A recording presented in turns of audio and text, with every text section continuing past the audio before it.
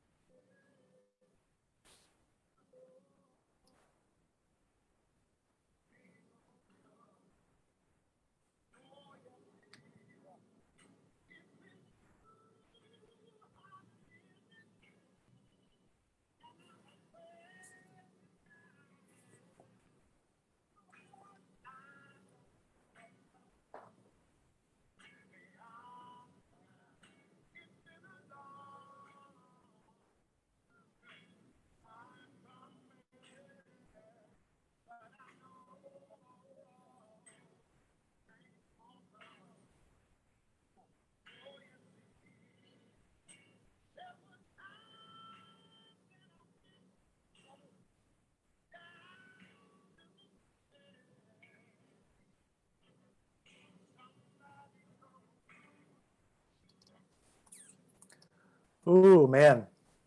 Welcome to the stage, Mr. Jevon Collins, Performing Arts Director for the King Arts Complex, and the incomparable Quan Howell, who you just saw singing. Gentlemen, thank you so much for joining me today.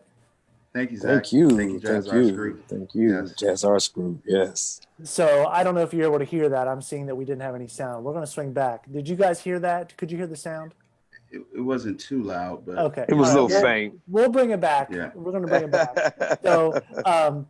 So I'm just going to tease that just even more, right? So people are going to want to go check it out. So Quan Howell, that was your voice standing on City Hall steps in the wake of what's been happening with the murder of George Floyd and the protests that have happened in Columbus, Ohio. You two gentlemen, even separate from protest and separate from this most current moment, have represented two individuals that have dedicated your life to using art for change and positive change and for hope that we can unite as a country.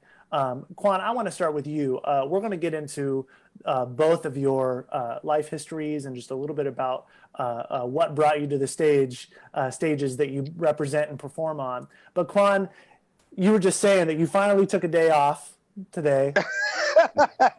You've been protesting down there. We've been seeing you on Facebook. Of course, you recorded songs of hope and healing with us at Jazz Arts Group last week. Just talk for a minute. You know, everything you do with so much love. But I know it's not just love. There's passion in there, and there's a real desire for change. Just talk for a minute about what's compelled you to be down there every day, using your voice for good and for change. Well, you know, I think it's important. One thing is we all understand and we know that music is a universal language, and music brings so much healing biblically and historically.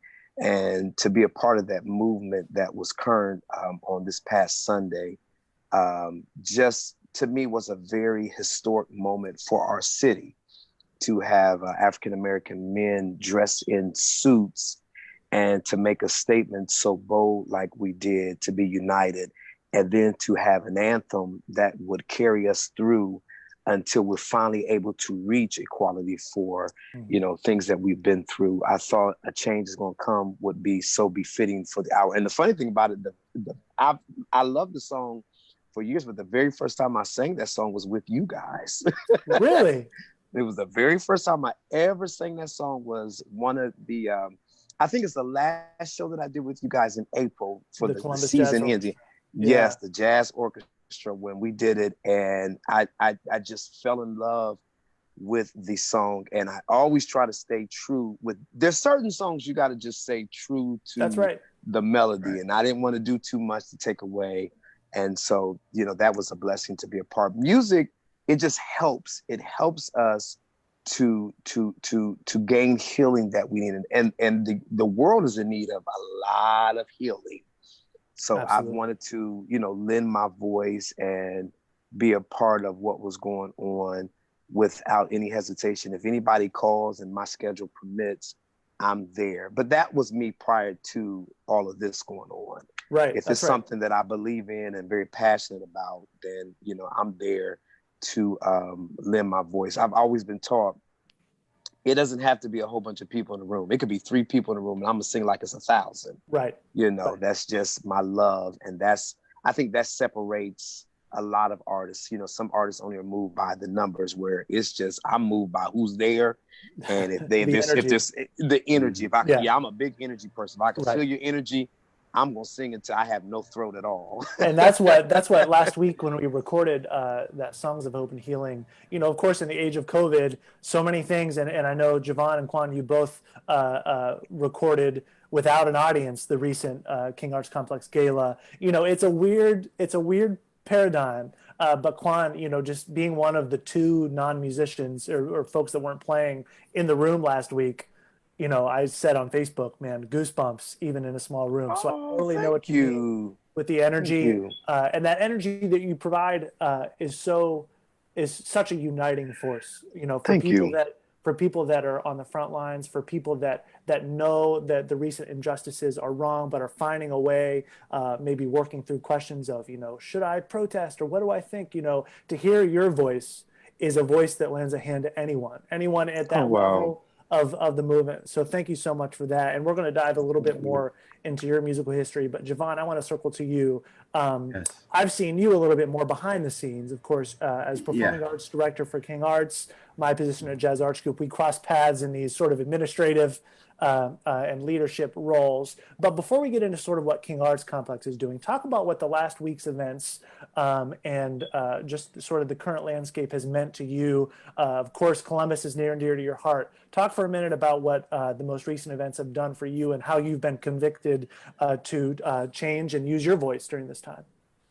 Yeah, thank you, Zach. It's been a tough week for, you know, my entire family, all my friends, everyone who, you know, connected to the human situation that occurred a couple of weeks ago, and just figuring out how do we respond amid a pandemic.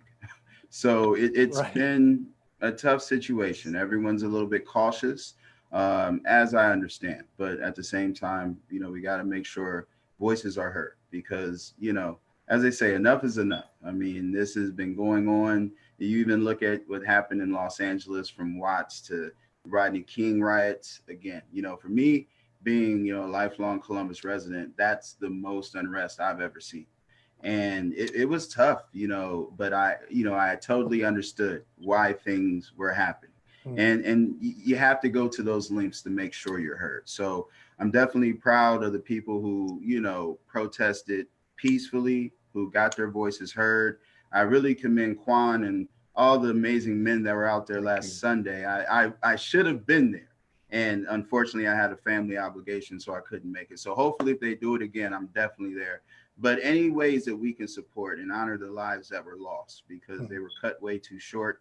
And we got to plant the seeds for the future so that there's no future George Floyd's, Ahmaud Arbery's, Breonna Taylor, Henry Green here in Columbus. I mean, the list goes on and on. So we have to all collectively work together to put an end to this and make sure that our youth are prepared for the challenges that they're faced with. I mean, for a youngster like myself, the biggest thing I remember as a youngster was the Challenger exploding and watching it when I was in class. I think I was in second grade. So your mind can't really understand what's going on. But as you become an adult, you realize. So it's up for us adults to continue to put a positive example for the youth because they're going to be us. So we got to definitely make sure that we're not, reinventing the wheel, but just doing it positively and doing it together. But as we've said, the arts are transformative. I'm truly blessed to be in the role that I'm in and, to continue to see how we respond and to create some amazing art that can respond to this as well as, set forth a new future for us artistically and within our community, gathering all the artists, the arts organizations, just, working as one. Because there's one Columbus, and that's what we got to exude. So that's right. Well, I appreciate that. You're such an eloquent speaker, and I want to talk just for a second, Jevon. I've gotten to speak with you about your roots, and of course, as program director or performing arts director for the King Arts Complex, you are in a role now of leadership. I think you are a current or recent member of Leadership Columbus, and it doesn't happen overnight, but the King Arts Complex has been a part of your story from a young age. Talk just for a second about where the King Arts Complex came into your life and those first realizations, perhaps, that the arts, and in particular, the King Arts Complex would be at the core of where you would dedicate your work to. Yeah, I would say it happened on May 23rd, 1990.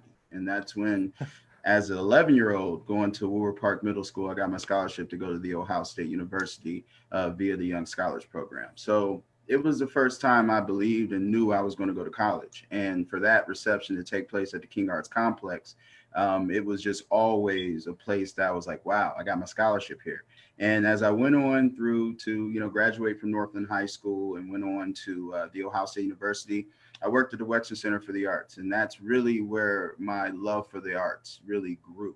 I was always in the arts, designing, drawing, and doing things of that nature. I actually was in a rap group and playing music. I used to play trombone, so I used to love playing, doing different things. But that Julie Taymor exhibit at Wexner and just seeing all the amazing artists and even having that connection between King Arts and the Wexner, they used to do a lot of partnership jazz performances and other performances. So essentially those early years, especially my second year at Ohio State, I, for whatever reason, felt comfortable in staying in the arts because that's what my life's been about. And just, going off, graduating, interviewing, and being there pretty much at least one day every week since September 2006.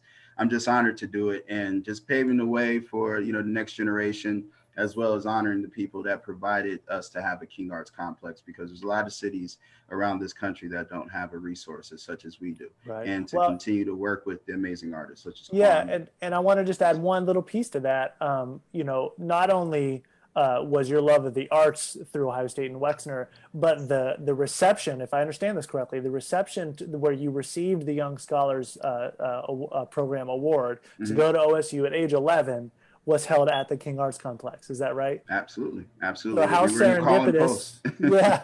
So Wow. fast Yeah. forward, your career would really blossom at that same very location. As a youngster, what were some of the, maybe even before you had been exposed to the King Arts Complex and others, what did art mean to you as a young child? And what can you remember, maybe some early memories of hearing music or seeing a performance? What was one of those first hints maybe in your life that told you, I'm going to be in the arts for my career? Yeah, I mean, I didn't know necessarily. I wanted to design. I wanted to draw and, create shoes for Nike. I didn't know it was going to be the arts, but I'm happy. I'm happy it is because Yeah. design is the arts as well. Right. Of But I course. would say, those early years, there was music always flowing through my house. I mean, my brother was listening to early stages of hip hop. My mom was all in classic R&B and soul. She grew up in Poindexter Village. So, art just meant freedom, a way to express yourself, a way to, be you and not to have to conform to be this or that. So it's just a level of freedom and a level of creativity, because creativity, it just allows people to it's just something about it that I can't necessarily put the word on it now, but just that euphoria, that feeling of a song that I heard when I was 3 years old, that right now, if I hear "Do I Do" from Stevie Wonder, I feel that same feeling I felt Who as like doesn't, a man? 3 or Of course. 4 year old, and so it's just those moments. And since the time with the quarantine and everything, I've been cleaning up, finding things in old memoirs, and it's just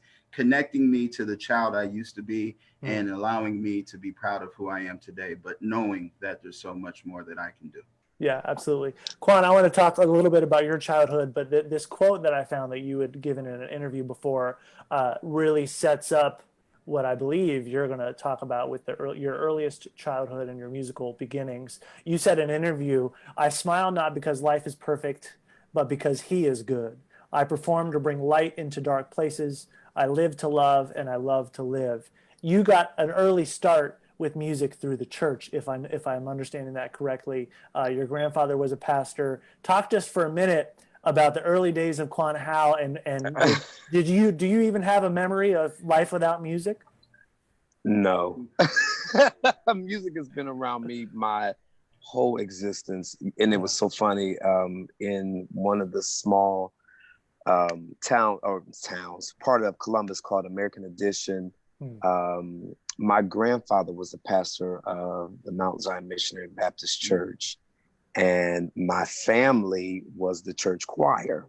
And I'm talking about my cousins can sing and still can sing to this day. Matter of fact, you might know one of my cousins, Rodney Sutton, who performs with the Conspiracy Band. Conspiracy Band. So Rodney was my idol. I did everything how Rodney did it.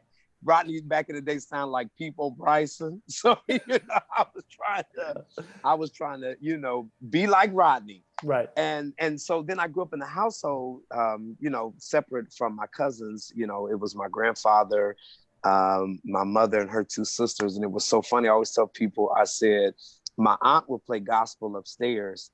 And I grew up on James Cleveland, Mahalia Jackson. And then my other aunt would play her R&B music downstairs. And that was Millie Jackson, Barry White, Earth, Wind and Fire, Aretha Franklin. So I was exposed to a lot of music, and I knew it probably wasn't until I was about 8 years old when my aunt had came back from New York City with a program, a playbill from Dreamgirls, that I knew that I wanted to sing. She brought the album home and she would play it all the time. Jennifer Holiday singing "And I Am Telling You," and it was just like, oh my God, I want to be able to captivate people like that one day. So I used to mimic her singing it, and I was singing at talent shows and everything. So that's really my early existence as far as, of course, singing and stuff. And then, I would get into competitions that were at the King Arts Complex, AXO. Wow. Yeah, which was, really interesting. And it was, the Lord would bless, I would win first place. Seemed like all the time. And I remember one year I didn't do it. All the kids cheered because I didn't show up. Because it gave them an opportunity to win. Oh, wow. So I've been connected to the King Arts Complex, and to this community for years, since the existence of me singing and stuff. Yeah. What was it like, Quan, when you were growing up, getting into talent shows? You started recording when you were young. I mean, you were in your teens when you did some of your first recordings.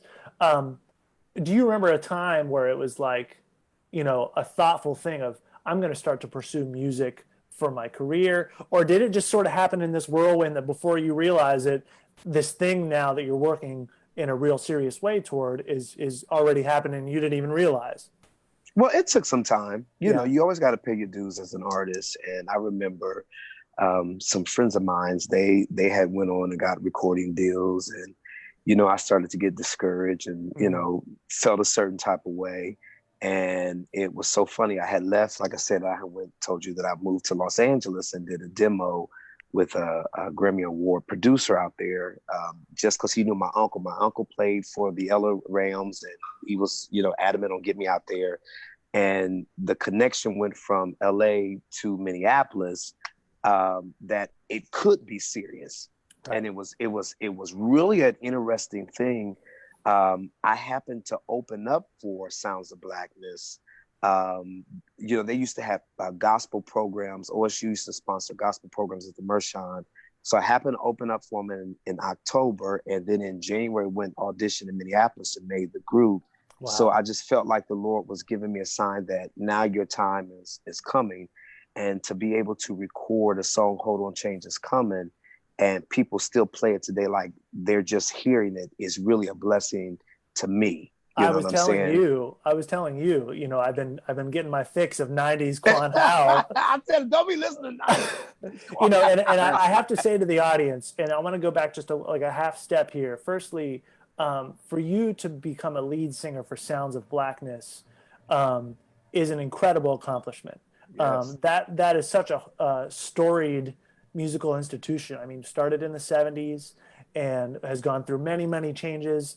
That song, Hold On, Change Is Coming, for copyright purposes, I know as soon as we play it, it'll probably get this whole video taken down. Right. So we're not going to play it. And that's the theme of my musical part of this thing, is I'm going to keep teasing the audience. Go to YouTube and look up Sounds of Blackness, Hold On, Change Is Coming. Not only will you be treated to an incredible piece of music, Quan is singing one of two male lead voices on that song, but you'll see the fashion of 1996, 7.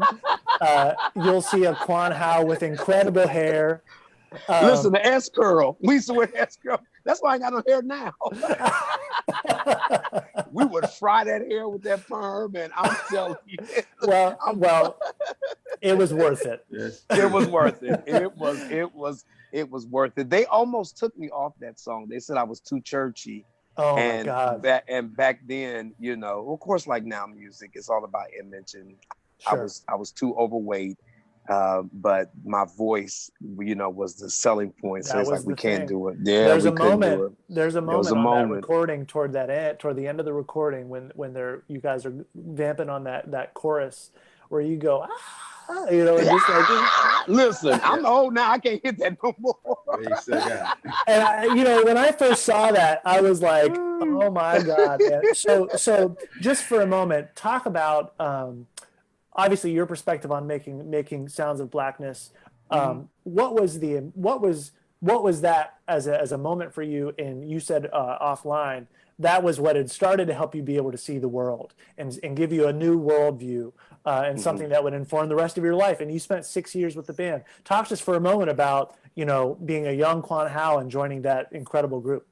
Oh my God. When I got in Sounds of Blackness, I was up in there in January. By the summer, we had toured to 7 different countries. Matter of fact, one of the countries that I remember that we went to was Switzerland.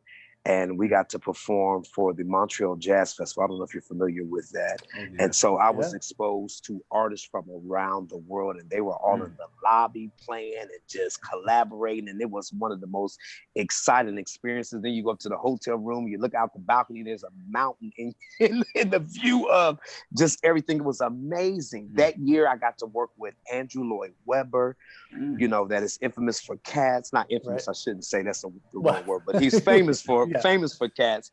And then the next following year, Walt Disney had asked Sounds of Blackness to participate in these short films they were doing, and we did a John Henry cartoon, and I got to play one of the voices of the field hands. And so it just brought so much exposure that probably was way beyond my greatest expectation. Got to perform with Prince, sing backup for Patti LaBelle. I got to perform with Rod Stewart and did a lot of soundtracks.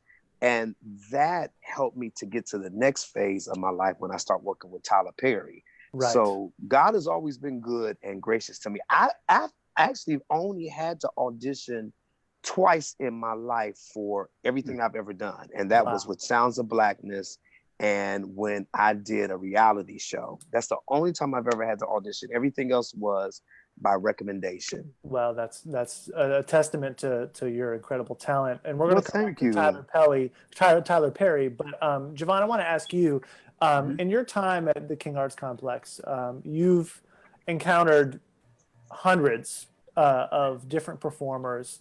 Talk about what it felt like. Of course, I believe you did some work at the Wexner Center when you got out of school. Talk about first coming to King Arts, but specifically when you became in the role of curating some of the performances that would occur there. Talk about just the process of getting to where you are with your position, but some of the memories of the most incredible, life-changing artists that you've been able to encounter in your time there. Thank you. Yeah, I mean, I think about those first days being in the coat check at the Wexner Center and just watching people go to the gallery. Then I made it up to visitor services, worked in finance, worked in other areas. I got a well-rounded experience at the Wexner. And when I got to King Arts, I had experience with Ticketmaster. So I really pretty much came in as performing arts assistant, doing all the ticketing, helping out with the shows. And in 2011, interviewed and was promoted to be performing arts director. So I'm nearly 10 years with it.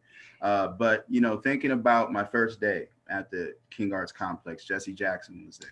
About a month and a half later, then Senator Barack Obama was there. One of the day that, I'll always remember, even though I was still an assistant, I wasn't in this capacity, was in 2008 when there was a big rally right before the election. And we had Beyonce, Jay-Z, P. Diddy, Mary J. Blige, Kevin Liles. Just the fact to see everyone in Mamie Moore Park and everyone was excited to vote. And then the next day, Senator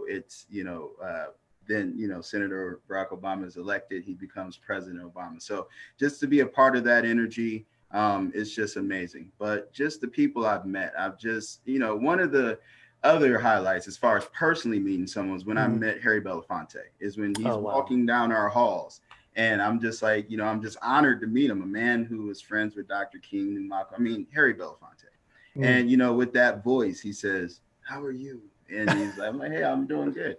He's like, "You want to go have a beer?" I'm like, "Whoa," Harry Belafonte was having a beer with me, but he was just so down to earth. And, all the celebrities that I've met, they've just been so gracious. So I've just been honored to meet everyone that I've, worked with or presented at the King Arts Complex. But it's been a list of people, and we're looking forward to having some, additional celebrities and some of those other celebrities to come back for future years, just to continue to make that impact of connecting community through the arts. Right.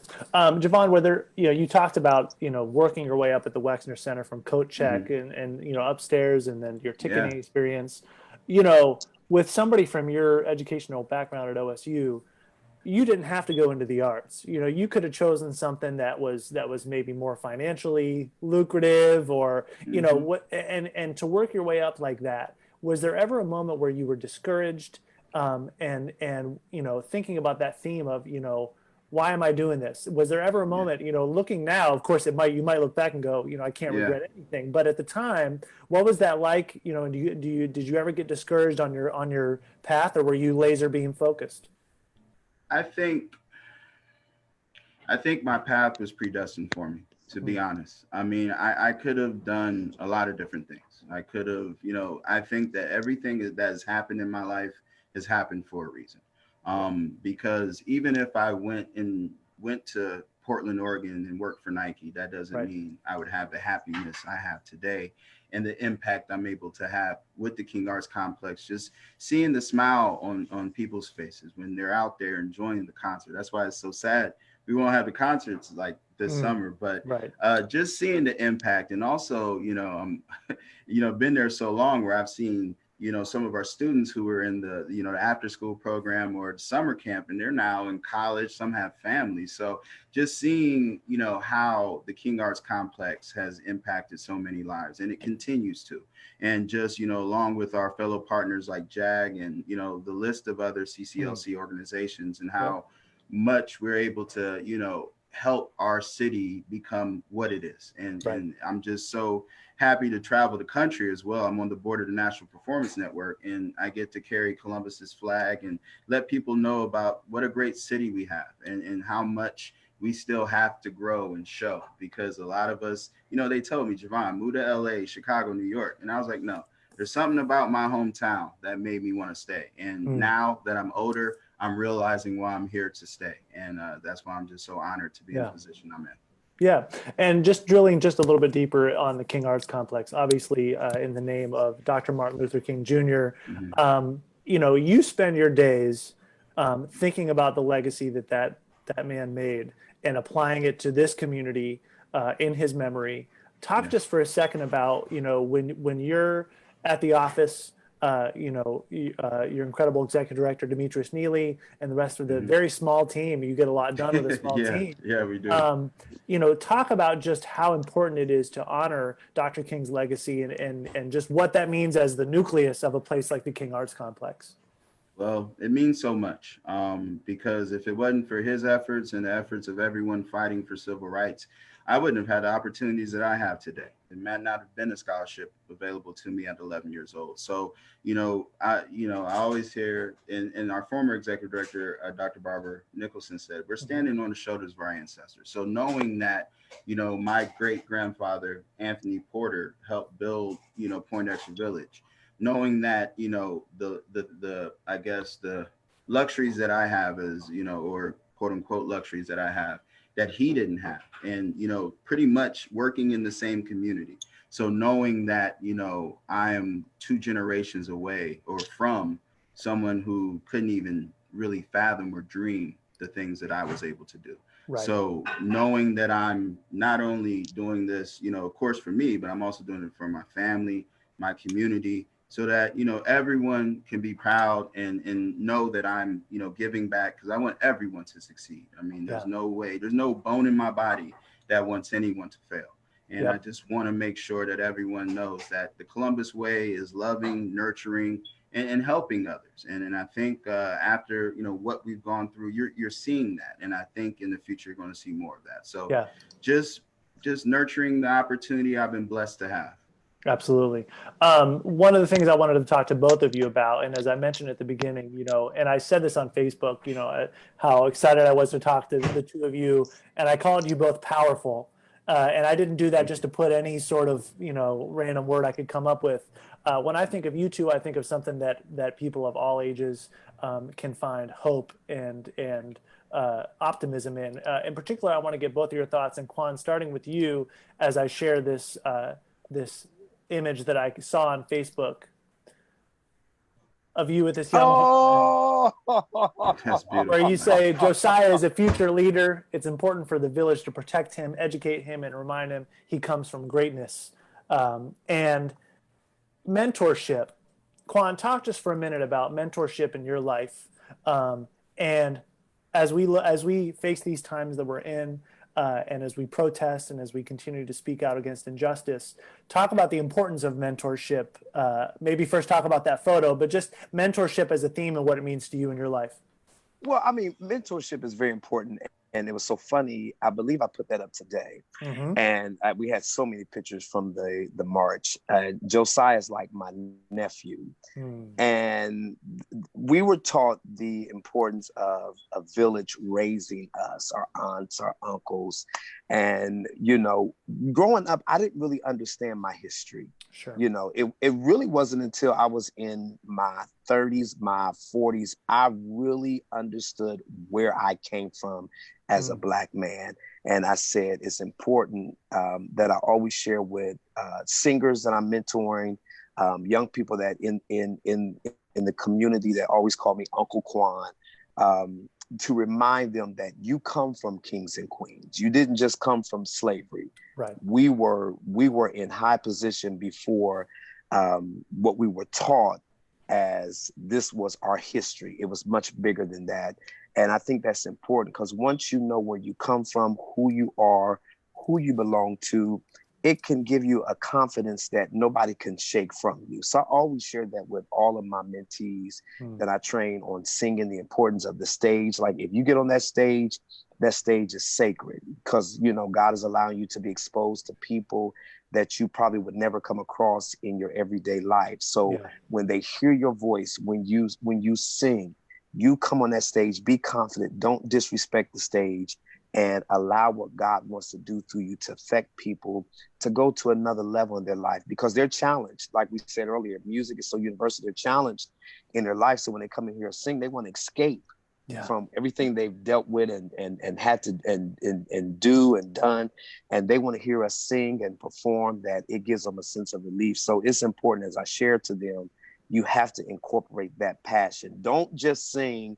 Don't just be on the stage. Don't come to these meetings just for a photo op. Don't sing just to get the money. Sing because that's what you love to do and that's what you know you were created to do. Yeah, absolutely. Do you remember, Quan, a time, you know, of course, you had a lot of family around you in the church, maybe just a time where you got a little piece of firm mentorship, that a little lesson learned as a young one, where it was like, I'm never going to make that mistake again? Or listen, my Uncle Lonzo, I never forget this. God rest his soul. He passed away a couple of years ago. I was, you know, in the Black church. We just gonna keep it like it is. We like to do those runs and all that. And so I was a youngster coming into all of that, and I learned this song and I was getting fancy with it. And he told me after I got done singing, he said, you sing a song and set it up so people can understand you. Right. And so through my life journey, I always remember the importance of you got to set a song up so people can understand you. It really did change my life a lot. Because you know, you get so excited because you can do fancy things with your voice. Yes, especially when you're young and you don't know boundaries. You know, you got to see the edge of that cliff and almost jump off. You know, and he taught me boundaries. Matter of fact, it was so funny. George Baird, me and it was in a conversation, and George is my mentor. We've created a great friendship from the jazz orchestra. We did a show together for bringing in the New Year's, and I had a chance to meet him. And he said, Quan, just because you can do a lot of things, he said you don't have to. And he refreshed my memory of what my uncle taught me. So, you know, it's always good. I'm very teachable. I'm never to a point where I can't be taught anything, because at that point, then you have no value in life if you just think that you know everything. So right. Jevon, about mentorship, you know, obviously mentorship was a big part of what got you to the game through the scholarship program, and there's no doubt you had mentors, but now you're in the position of being one. Talk for a minute about being a mentor, particularly in this current time, the message that you're trying to send, and how important it is for especially young folks to have good mentors. Absolutely. I mean, it's really about showing up and just making sure you're there. I'm the vice president of the Black Alumni Society at the Ohio State University. And, you know, like I said, everyone's been grappling. How are they going to respond? And, you know, amid a pandemic. And, you know, I was invited to a march last Saturday, and I was just debating on the fence. And, you know, some just told me, Jevon, you got to go. So I went and I represented, and I stood in solidarity with the students, and made sure I was there to be a part of that message. But what we do with the Black Alumni Society, we do dinner for 12 Buckeyes. We meet with the students. We talk to them about what we went through as Black Ohio State students, giving them the history of the university and how we fit into that puzzle. But you know, on a day-to-day basis, just walking through the complex, there's been plenty of times when I give tours and some of the students want to come back and chat with me, but anytime I'm available, I'm always reaching out just to give them jewels and gems to succeed, because a lot of people who didn't get them those types of gems, or people just providing that time to share something that they went through, it can lead to other things in their lives. So anytime that I'm in contact with a student or a young person, I always try to give them some information that I may have not received, because even being 15 when I was 15 is totally different from how it is now. So, you just kind of got to meet them where they're at, and also just, listen and be able to, share and just, respect, and just make sure that you're on the same page. But mentorship is huge. And again, we're in some uncharted waters. So what we saw last Sunday, what was going on at OSU, every day is so impactful. Yeah. And we all can, sharing something from my fellow Leadership Columbus classmate, Miss Habiba Bankston. She said, lead where you're at. Lead where you're at. We may not be able to be the ones on a megaphone or in the marches, but there's something we can all do to help others get through the pain that we're going through, whether it's, with the police killings or COVID-19. It's a tough time, and that's not to say we haven't been through tougher times. So we just got to continue to be optimistic, sounds of blackness, and just make sure that we're on the same page together. Yeah. I want to talk for a minute, Jevon, about the King Arts Complex as an institution. As you go through that facility, you do such an incredible job of documenting the history of the African-American experience and of the experience of Africans and the reality of slavery. And there's the hallway called, I believe, the Middle Passage, that is a historical documentation of some of the harsh realities of the migration of Africans against their will. Talk about, that was a long time ago, and you may encounter young people that are grappling with, man, but that was hundreds of years ago. That can't be today. And of course, part of your job is weaving the harsh truths of how our society is still feeling that. Talk about that particular exhibit, why it's so important to the King Arts Complex, and the message behind that as you're continuing to keep this reality relevant and fresh for people's lives. Yeah, it's an amazing part of our facility. And it's one of the reasons why I took on doing tours like my first year, because just to be a part of sharing those truths, those facts, and to really share what our ancestors went through, as much as, I learn and study, whatever I can add to the conversation or context to what they're experiencing, definitely it's beneficial for everyone.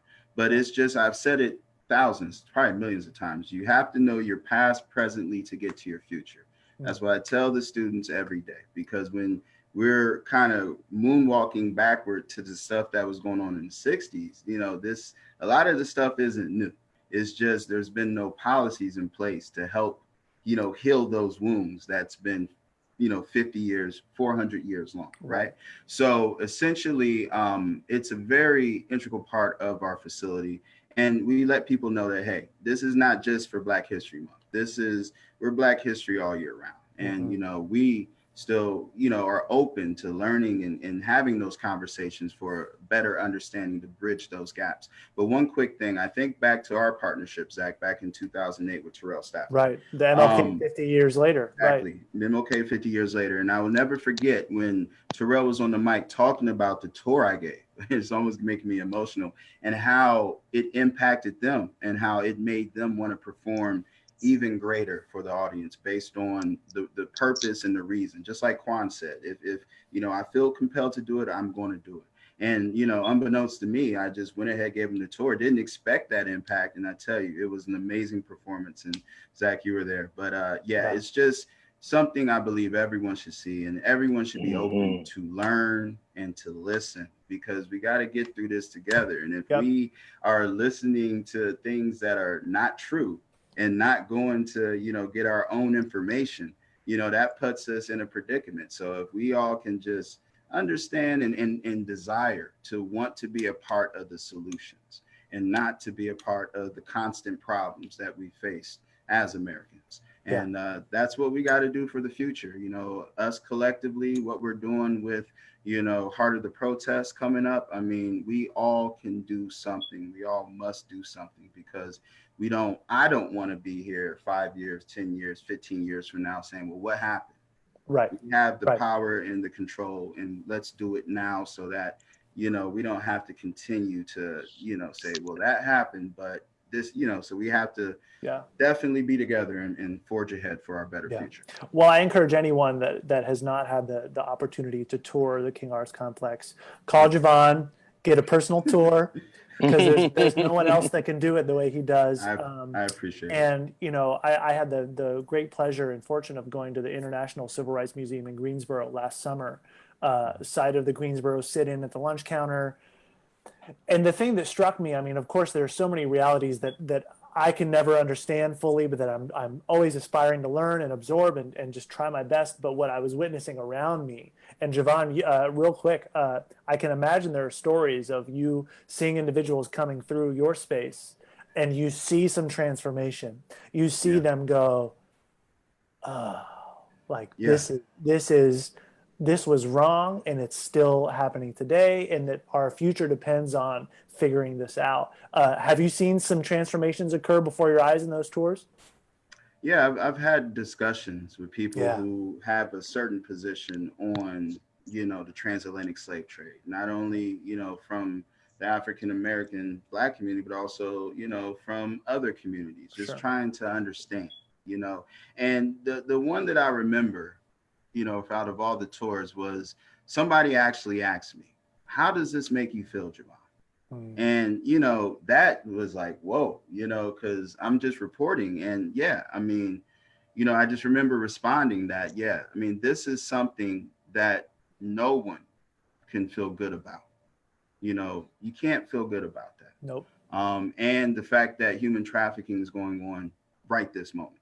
Yep. So, you know, from the African diaspora and having that experience, you know, it's tough, but at the same time, it doesn't, you know, a lot of people want to see, well, Jevon, do you have hate in your heart? Do you, I hate what was done, but for me to just outwardly hate someone that I don't know, that's not how I was raised. Right. And that's not within me. And like with the Leadership Columbus, I mean, out of 68 participants, there's only 2 Black males, only 2 of us, right? Wow.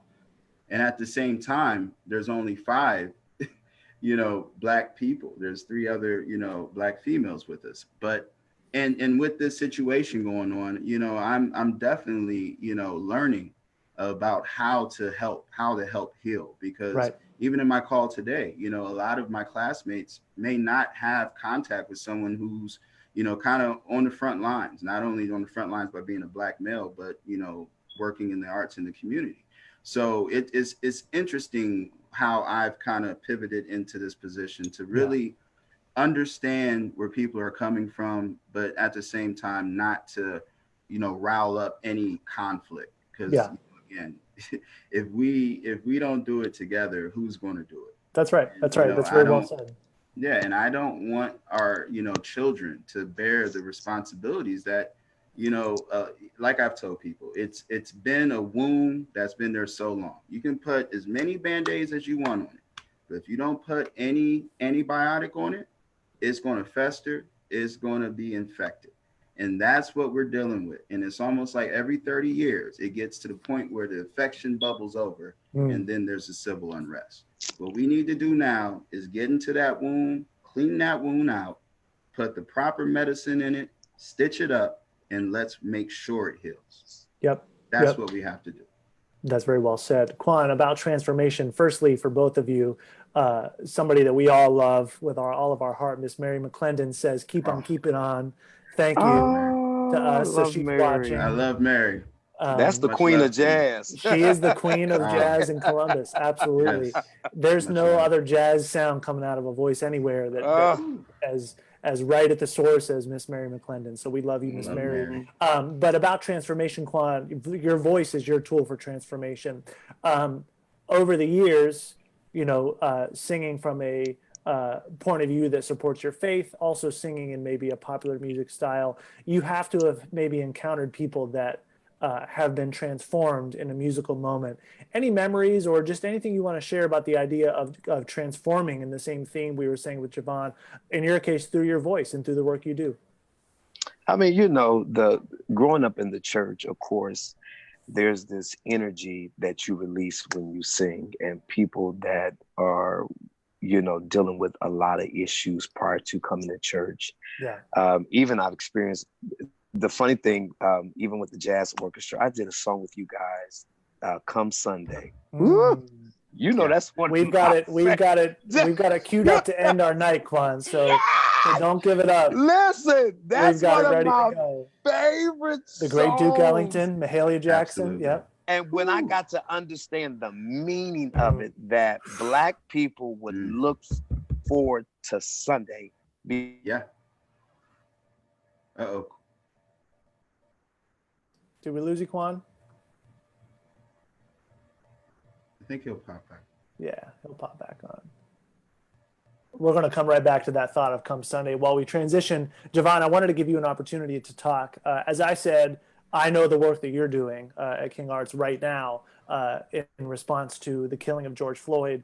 And there's a project that is bubbling up that the King Arts Complex is taking the lead on that the community can be on the lookout for. Talk just a moment about that project involving 46 days of art making, if you would. Yeah.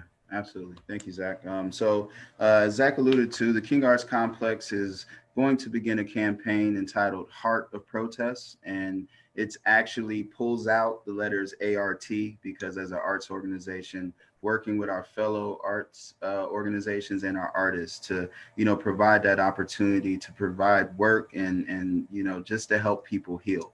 But as we stated, it's, you know, in response to, you know, what's been going on. And, you know, the 46 commemorates the 46 years of life of George Floyd.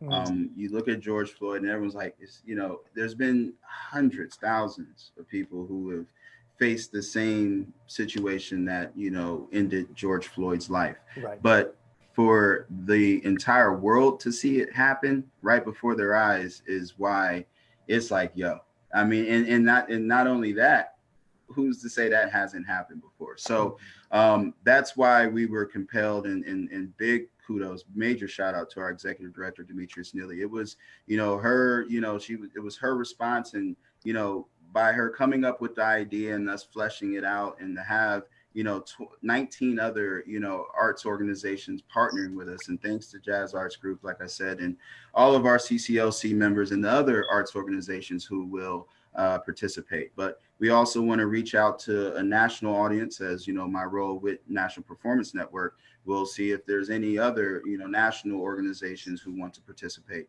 And the King Arts Complex is the sister theater of the National Theater of Ghana in Accra. Right. So make sure that they are involved as well. So again, we want to, you know, lead where we're at, like I mentioned earlier, and it's going to be, and I would say it's the largest project or campaign that I've been a part of with MLK 50 years later. Again, we were hustling that week, Zach, as you remember. I do. We were hustling, but either way, you know, with the voter registration piece. I wanted you to talk. So there's a piece of this project that there's this particular current issue at hand, and I want you to talk specifically. So tell everybody the name of the project, where they can start to look for it, and talk about this piece that you're about to talk about, the voter registration piece.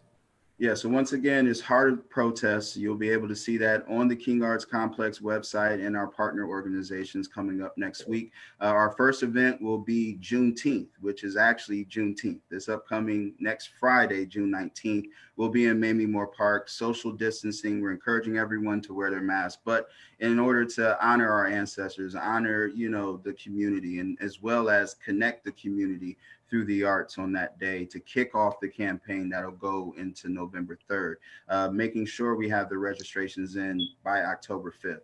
Also, you know, maybe mimicking what we did in 2008 with a huge rally out in Mamie Moore Park. So all of those plans are still TBD, but we're definitely thinking big and also partnering big, because all of our partner organizations are bringing so many great programs and works to the table. So this is a campaign so that people who, you know, the energy of 2 weeks ago still exists.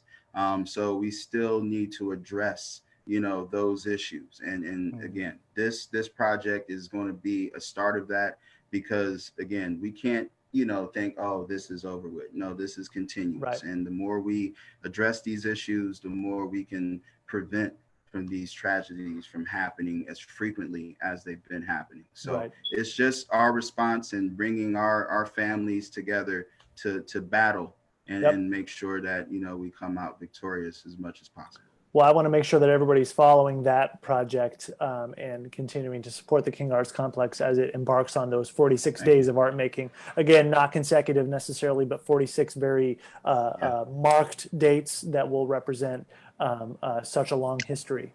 Quan, you're back. Thank you for coming back. Oh my God. That's okay. I didn't know. Listen, that's they got excited about that song. so that phone died so quick. It's the suspense that we've been teeing up about you and singing. Really quick, Quan. Two things I want to talk to you about. The first is as we kind of come to the end of our conversation. Are you with us? Oh no. Is he still there?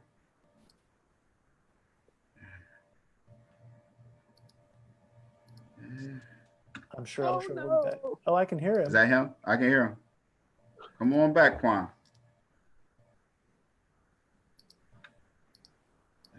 That's all right. So as he's coming back, Jevon, one other thing about the art of the heart of the protest is the voter registration piece. That's something that throughout these days of art making that we embark on, one of the major messages that everyone can participate. It's not a partisan issue. It's our fundamental right and our cause to vote. Talk for a second about the importance of voter registration as it pertains to this project. Yeah, absolutely. I mean, the impact of what we can do at the polls can hopefully impact what needs to be done in our cities, in our states, and in our country. So we all have that ability to affect change. But as we saw what happened in Georgia, there's a lot of yesterday or 2 days ago, there's a lot of structures in place that are trying to prevent everyone from getting their vote.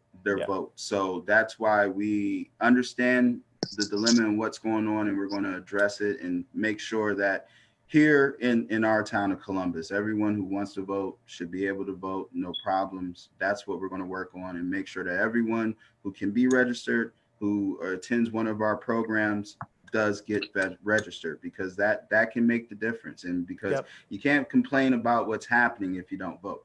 So we want everyone to vote. We want everyone to have a voice, and and we have to understand how much, especially in the African-American community, how much it took for us to even get our vote, so that's really what it is. So if you see what's going on, with George Floyd, all that, but also understand that, that type of situation is happening to suppress voters as well. So, and again, it's not a partisan thing. We want just everyone to vote for whoever you feel you need to vote for, but as long as you're voting. And that's the way we can impact change for our future. That's right. Well, that's very well said, and I thank you for that. Quan, I think you're back. Can you hear us? Is he back? I don't know. Well, it's quite all right, because we've come kind of to the end of our time anyway, and we're going to leave. We're still going to give Quan Howell the last word. Before we go, Jevon Collins, thank you so much for your time. You're somebody that I admire very much. As somebody that's just ahead of me in your career in the arts, it means a lot to be watching what you're doing and learning from you. Thank you very much. I encourage everybody to follow the King Arts Complex and the great work that they do.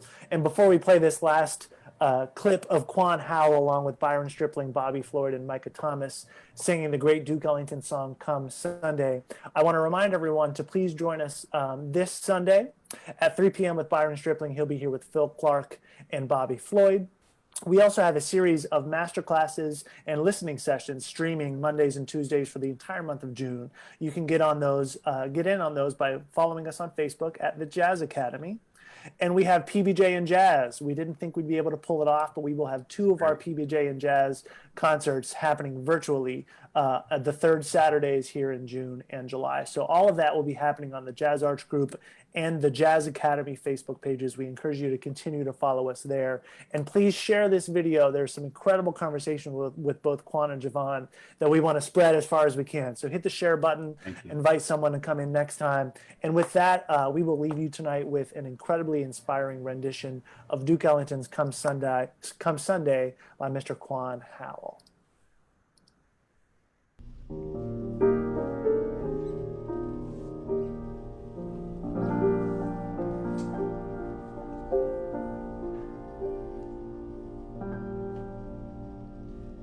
Lord,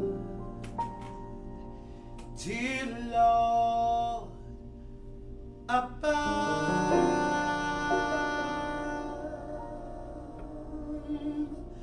God Almighty, God of love,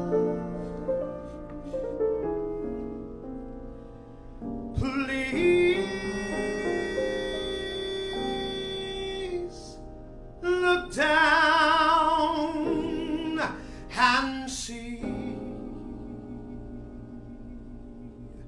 my people through.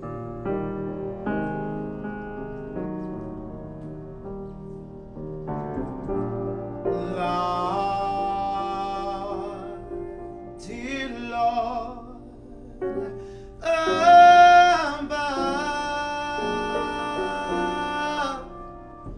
God Almighty, God of love, please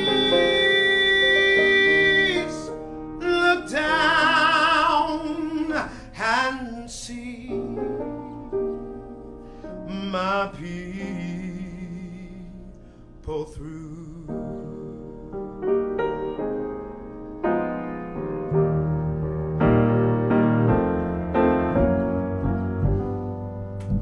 I believe the sun and the moon will shine up in the sky when the day is gray. I know there's clouds just passing by.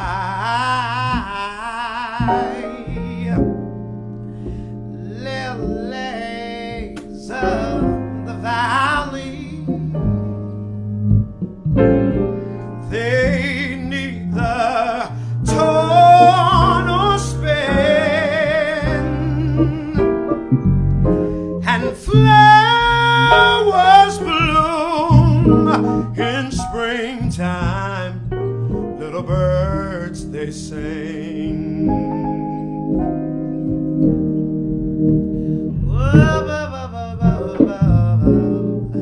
Lord, dear Lord above, God Almighty, God of love, please look down and see my people through.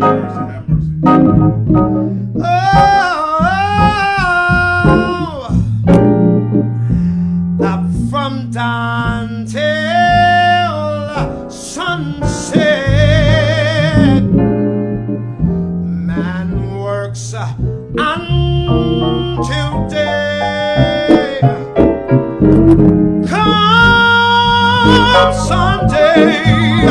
Come Sunday, that's the day.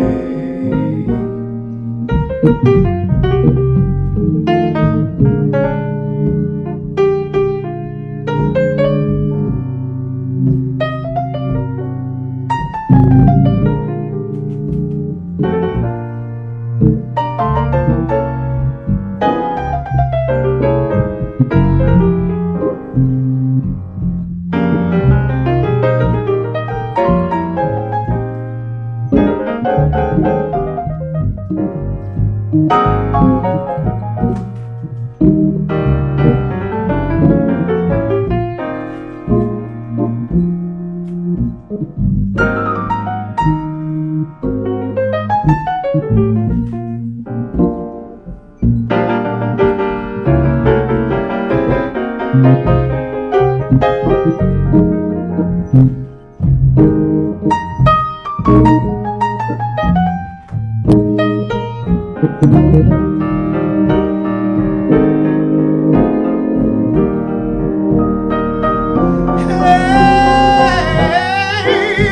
often we feel weary, but He knows our every care. Go to Him in secret, and He'll hear every prayer. He'll give you peace and comfort to every troubled mind.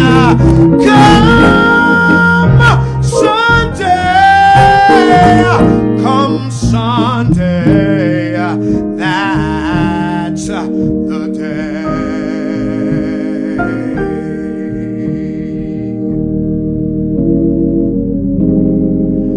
Come